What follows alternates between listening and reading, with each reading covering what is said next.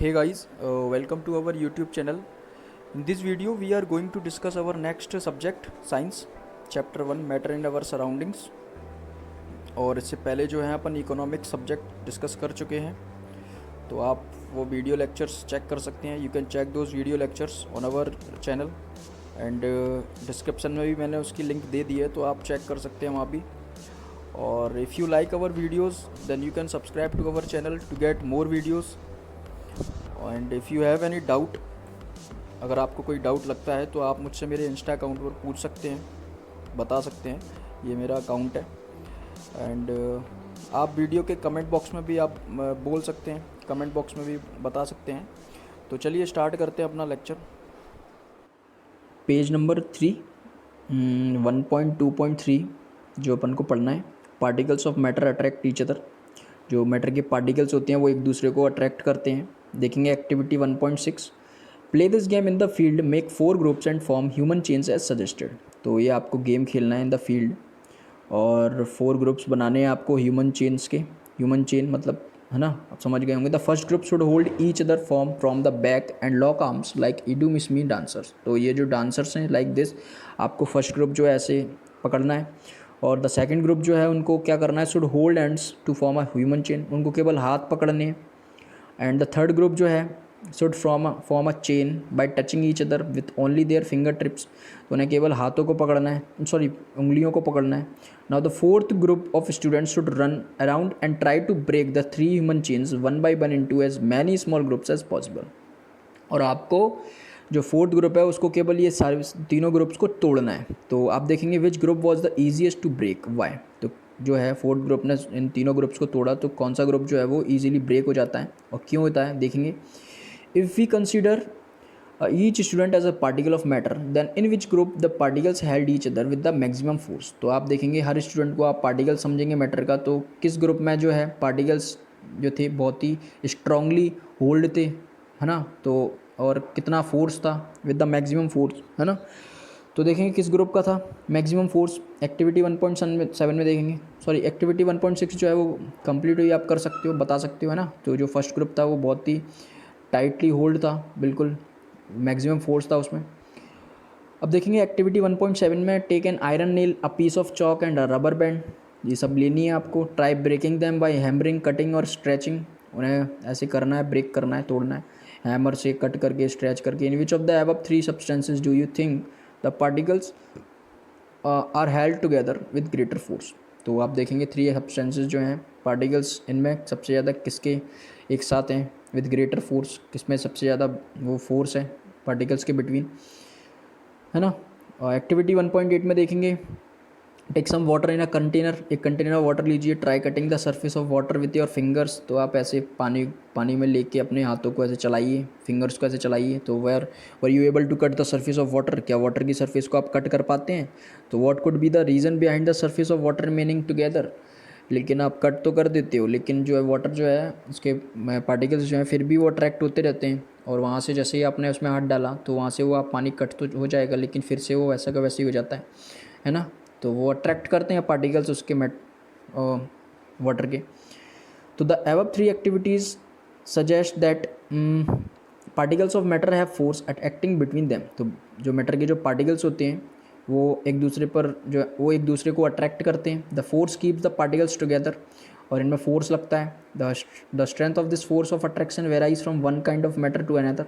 और ये फोर्स जो है ना आपका मैटर टू मैटर अलग होता है, स्ट्रेंथ ऑफ फोर्स अलग होता है. अलग अलग टाइप्स का मैटर होता है तो अलग अलग फोर्स होगा. देखेंगे तो ये जो क्वेश्चन है तो आप ही को करने ये क्वेश्चंस, जितना अपन ने अभी पढ़ा तो उसी के बेसिस पर ये सारे क्वेश्चंस दिए गए हैं. Which of the following are matter. तो इनमें से मैटर कौन से आप बता सकते हैं, है ना. तो you can do it yourself ना, कर सकते हैं. स्टेट्स ऑफ मैटर पढ़ेंगे 1.3. Observe different types of matter around you. तो आप मैटर को पहचानिए अपने आसपास. What are its different states, उनकी स्टेट्स क्या हैं. We can see that matter around us exists in 3 different states. तो उनकी जो स्टेट्स होती हैं तो आप प्रीवियस क्लासेस में पढ़ चुके हैं. Solid state, liquid state and gas state. These states of matter arise due to the variation in the characteristics of the particles of matter. तो आप देख सकते हैं ये जो स्टेट्स हैं मैटर की वो अलग अलग होती हैं due to the characteristics of the particles, तो जैसा पार्टिकल्स का कैरेक्टरिस्टिक्स होंगे वैसे ही उसकी स्टेट होती है। Now let us study about the properties of these 3 states of matter in detail. इनको डिटेल में पढ़ेंगे, स्टेट्स को देखेंगे। पहला 1.3.1 द सॉलिड स्टेट। एक्टिविटी 1.1 में देखेंगे collect the following articles, a pen, a book, a needle, a piece of wooden stick ले लेंगे। Sketch the shape of the above articles in your notebook by moving a pencil around them. उसका sketch बनाइए, उसको रख के, है ना, shape को, उसका शेप ड्रॉ कीजिए। Do all these have a definite shape, distinct boundaries and a fixed volume.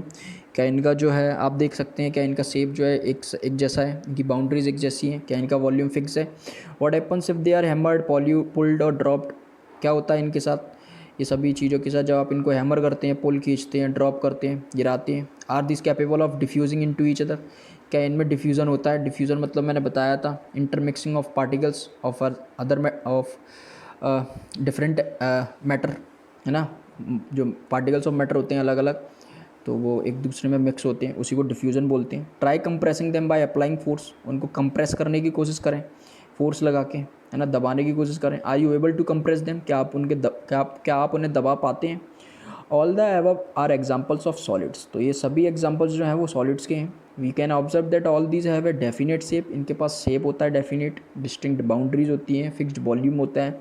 That is a negligible compressibility, इनकी कंप्रेसिबिलिटी काफ़ी नगण्य होती है, नेग्लिजिबल होती है, आप उन्हें नहीं दबा सकते हैं। Solids have a tendency to maintain their shape when subjected to outside force, और आप देखेंगे सॉलिड्स जो होते हैं उनका जो शेप होता है ना, आप उनको बदल सकते हैं आउटसाइड फोर्स लगा के। सॉलिड्स में break under force but it is difficult to change their shape, so they are rigid. तो आप बदल तो सकते हो आउटसाइड फोर्स लगा के, लेकिन फिर भी अगर ज़्यादा आप उस पर फोर्स अप्लाई करेंगे तो दे विल ब्रेक, और वो टूट जाते हैं। और it is difficult to change their shape, लेकिन फिर भी उनके शेप बदलते नहीं हैं, वो काफ़ी कठोर होते हैं, they are rigid. Consider the following, consider आप देखेंगे इन what about a rubber band, can it change it shape on stretching, is it solid. तो आप रबर बैंड देखेंगे, रबर बैंड जो ये कुछ एक्सेप्शंस हैं, है ना, तो ये बी सी जो एक्सेप्शंस हैं सॉलिड्स के वो अपन पढ़ लेते हैं, देखेंगे। रबर बैंड आप देख लेंगे, उनका उसका शेप आप चेंज कर सकते हैं स्ट्रेच करके। इज इट अ सॉलिड, क्या वो सॉलिड है। सॉलिड का तो आप स्ट्रेच कर ही नहीं सकते हैं, आप उसको शेप ही नहीं बदल सकते, लेकिन ये तो कर सकते हैं, फिर भी रबर बैंड क्या है, सॉलिड में अपन उसे कंसीडर करते हैं, तो क्यों। What about sugar and salt, sugar and salt क्या, when kept in jars these takes the shape of the jar are the solid, जब आप इन्हें जार में रखते हैं किसी, तो वो ऐसा ही शेप ले लेते हैं, है ना, तो वैसा का वैसा ही हो जाता है। किसी भी उसमें रखेंगे आप इन्हें शुगर और सॉल्ट को, तो ये सॉलिड है। What about a sponge, it is a solid yet we are able to compress it, why. So sponge ले लीजिए आप, है ना, स्पंज होता है, तो आप उसको जो है दबा सकते हैं, आप उसको कंप्रेस कर सकते हैं, फिर भी वो सॉलिड है, क्यों। तो आप देखेंगे all the above are solids as, अब सॉलिड तो हैं लेकिन क्यों, देखेंगे क्यों अपन उन्हें कंसीडर करते हैं as a solid. A rubber band changes shape under force and regains the same shape, देखिए जब आप उसे शेप, अब जब उसका चेंज होता है तो आप देखते हैं फोर्स लगाते हैं तभी चेंज होता है, बट वो रीगेन कर लेता है same shape, the force is remove, जब आप रिमूव कर देते हैं फोर्स को तो वो वैसा का वैसे ही हो जाता है। If excessive force is applied it breaks, यदि ज़्यादा मात्रा में फोर्स लगा देंगे तो वो टूट जाता है, ठीक है, तो वो फॉलो कर रहा है कंडीशंस, है ना, सॉलिड्स की। The shape of each individual sugar और salt crystal same remains fixed whether we take it in our hand, put it in a plate और इन अ जार। तो आप देखेंगे, आप छोटा सा एक क्रिस्टल ले लीजिए शुगर और सॉल्ट का, दे आर वेरी टिनी, बहुत छोटे होते हैं वो, लेकिन फिर भी उनका एक फिक्स्ड है, ठीक है, काफ़ी वो छोटे होते हैं, इसीलिए वो थोड़ा आपको लगता है ऐसा कि उन्होंने ऐसा जार का शेप ले लिया है, लेकिन उनका जो इंडिविजुअल शुगर और सॉल्ट का एक क्रिस्टल लेंगे आप, तो उनका जो शेप है उसमें कोई अंतर नहीं होता है, वो एज इट इज़ रहते हैं, ठीक है, आप उन्हें देख सकते हैं।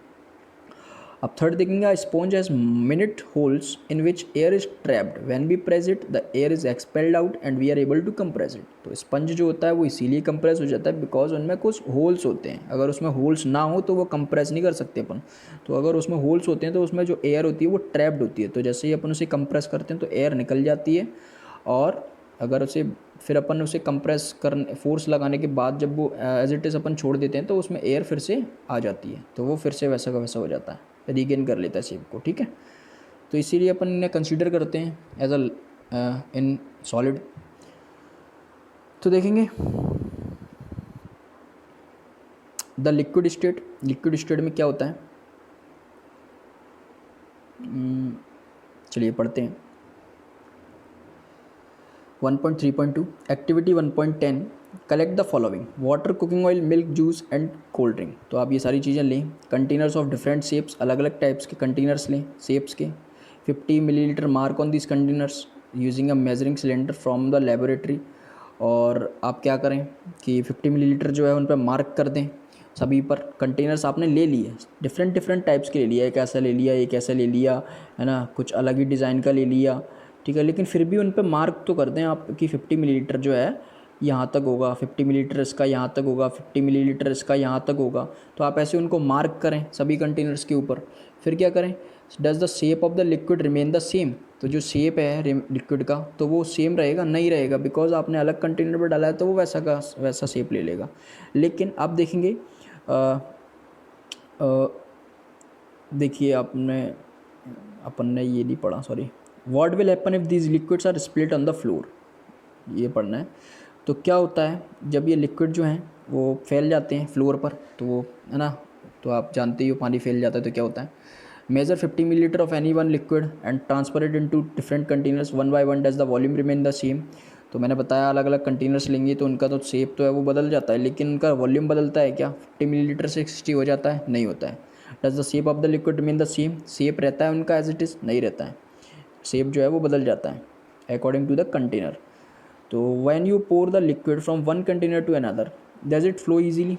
जब आप इसे पोर करते हैं तो from one container to another तो ये फ्लो करता है ईजिली, हाँ कर जाता है बिल्कुल जल्दी, ठीक है। We observe that liquids have no fixed shape but have a fixed volume. तो आप लिक्विड के बारे में ये जान लें कि इसका फिक्स्ड शेप नहीं होता है बट फिक्स्ड वॉल्यूम होता है, ठीक है, सॉरी।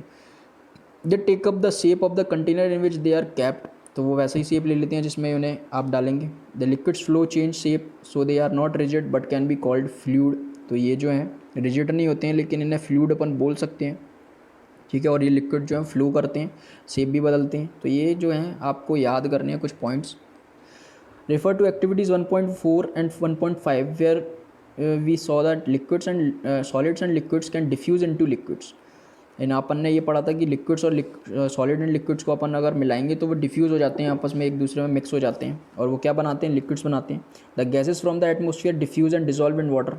और जो गैसेस भी हैं एटमोसफियर में वो भी लिक्विड में डिजॉल्व हो जाती हैं और वो जो है वाटर में डिजॉल्व हो जाती हैं, डिफ्यूज़न हो जाता है उनमें भी। These gases, especially oxygen and carbon dioxide, are essential for the survival of aquatic animals and plants। तो आप देख सकते हैं H2O जो है, वाटर जो है, उसमें ऑक्सीजन गैस होती है ना। और for the survival of aquatic animals and plants उसके लिए काफ़ी ज़्यादा एसेंशियल है, काफ़ी ज़्यादा महत्वपूर्ण है ना। विदाउट इसके तो वो जी नहीं सकते, सर्वाइव नहीं कर सकते, ठीक है। तो all living creatures need to breathe for survival. सभी को जो है ब्रीथ की ज़रूरत पड़ती है ना, सांस की। The aquatic animals can breathe under water due to the presence of dissolve oxygen in water.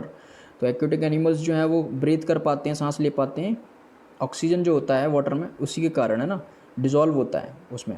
दस we may conclude that solids, liquids and gases can diffuse into liquids. तो आप ये बता सकते हैं कि सॉलिड और लिक्विड और गैस ये तीनों जो हैं लिक्विड में डिफ्यूज़ हो सकते हैं, मिक्स हो सकते हैं।